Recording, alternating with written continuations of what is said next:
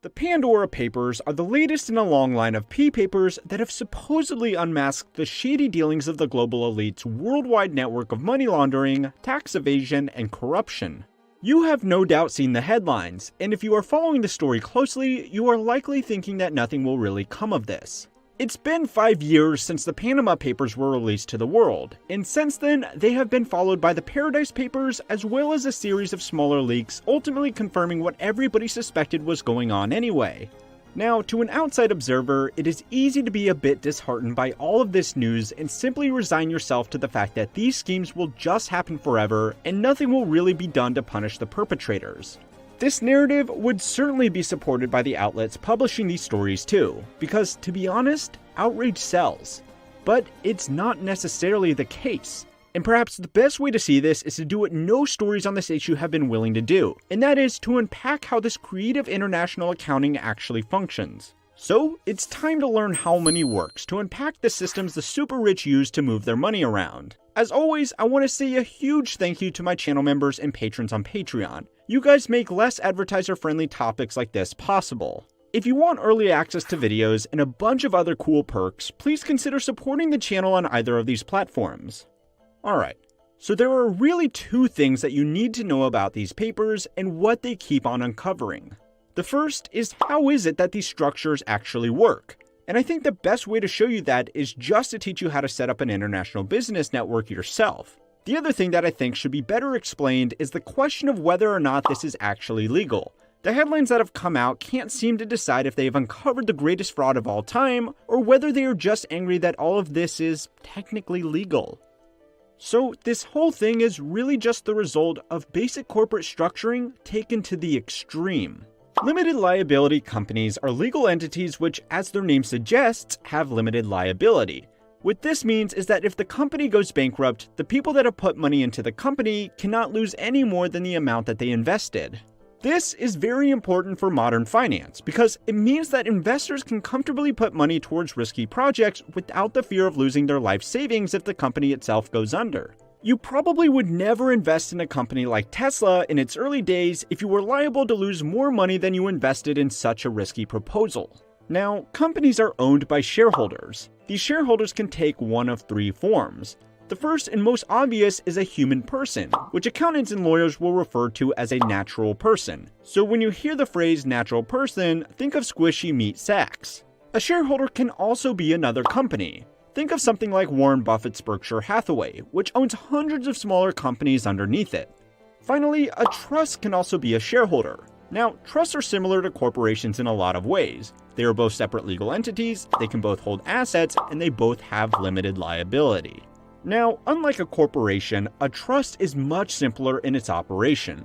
While a company can do anything from manufacturing phones to building the next generation of spacecraft, a trust is simply an entity that holds onto stuff for the benefit of a predetermined entity, the beneficiary, and it is controlled by another predetermined entity, the trustee. A simple example is that the beneficiary is some millionaire's son who receives money from his trust fund that daddy set up for him, and the trustee is the person that has to explain to the pampered 35-year-old man-child that he is not letting him withdraw $1 million from his trust fund to set up a jet ski jousting league.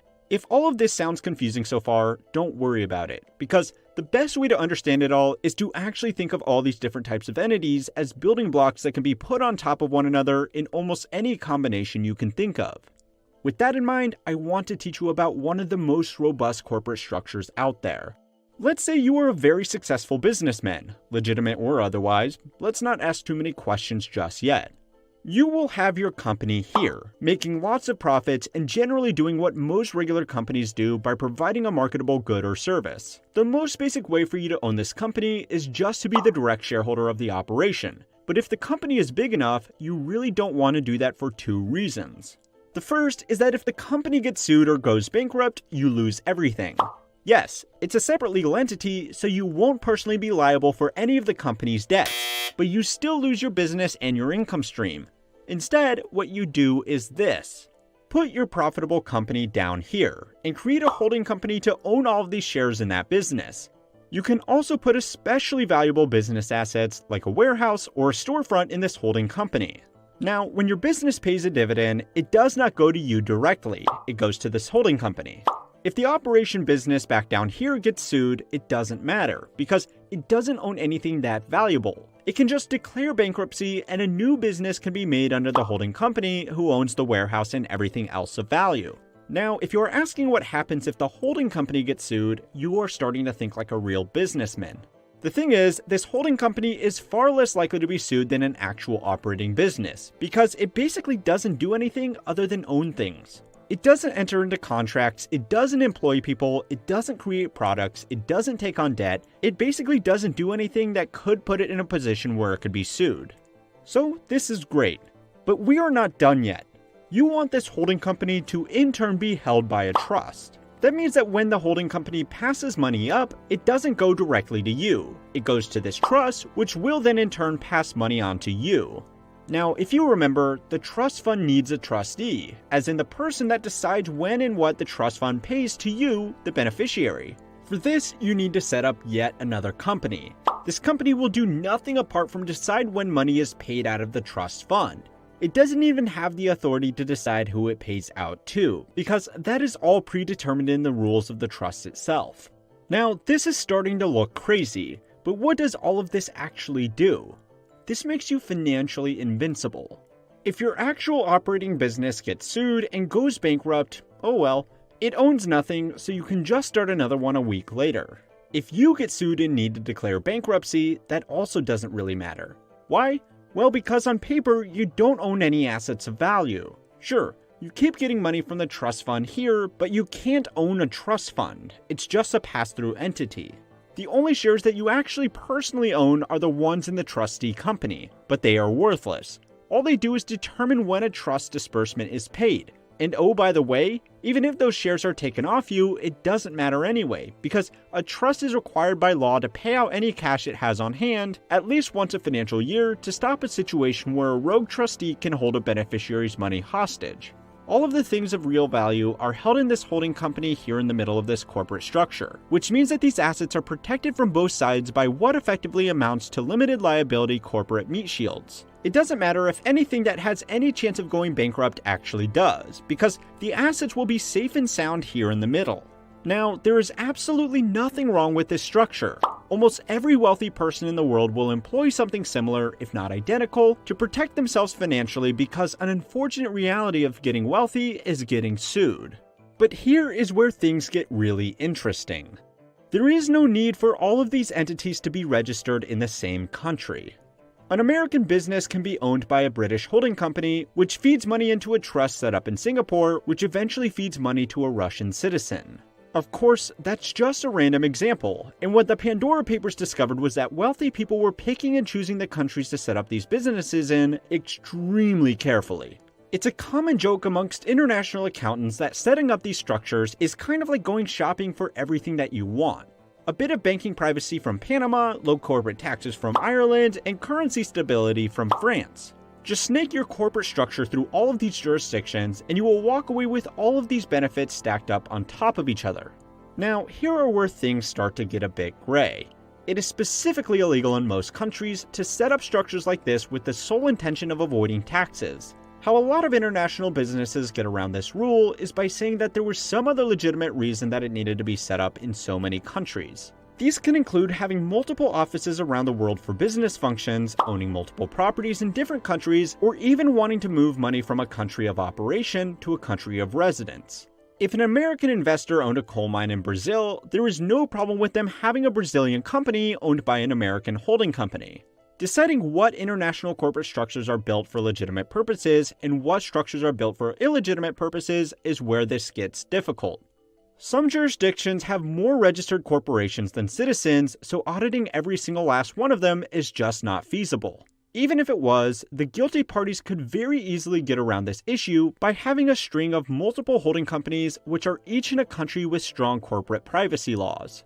If the Singaporean authorities get suspicious about a domestic holding company, which is in turn held by another foreign holding company, they would need to ring up the business regulator from the country where the other holding company was domiciled and ask them for details on the company's ownership structure. If that company is set up in a place like Montenegro, then the Singaporean financial authorities are likely to just get told to f themselves because local laws mean that this kind of information is kept secret. You can start to see the problem here. And you can start to see why these data leaks were such a big deal.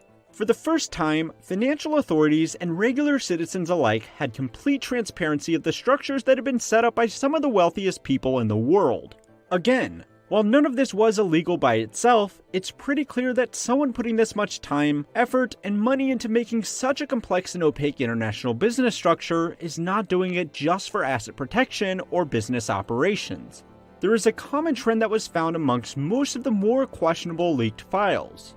The operating businesses were usually based in countries with less than stellar records of corruption. The money from them would then be transferred to holding companies that operated in much more politically stable jurisdictions. London City, Singapore, and the Netherlands were all very popular choices. It's not worth going through all of this effort to hide and secure your assets if it's just going to get seized in some political revolution or economic meltdown.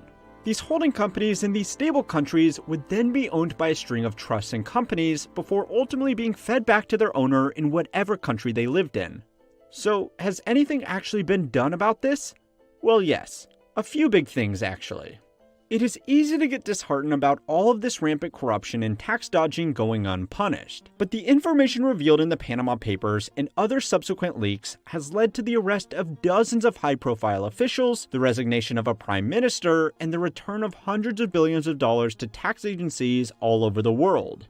The second thing that it did was introduce widely recognized standards for registered companies to list beneficial owners. If you are trying to set up a new business today, in most countries around the world, a major question you will get asked is who are the beneficial owners? A beneficial owner is the natural person that receives the profits from the business at the end of everything.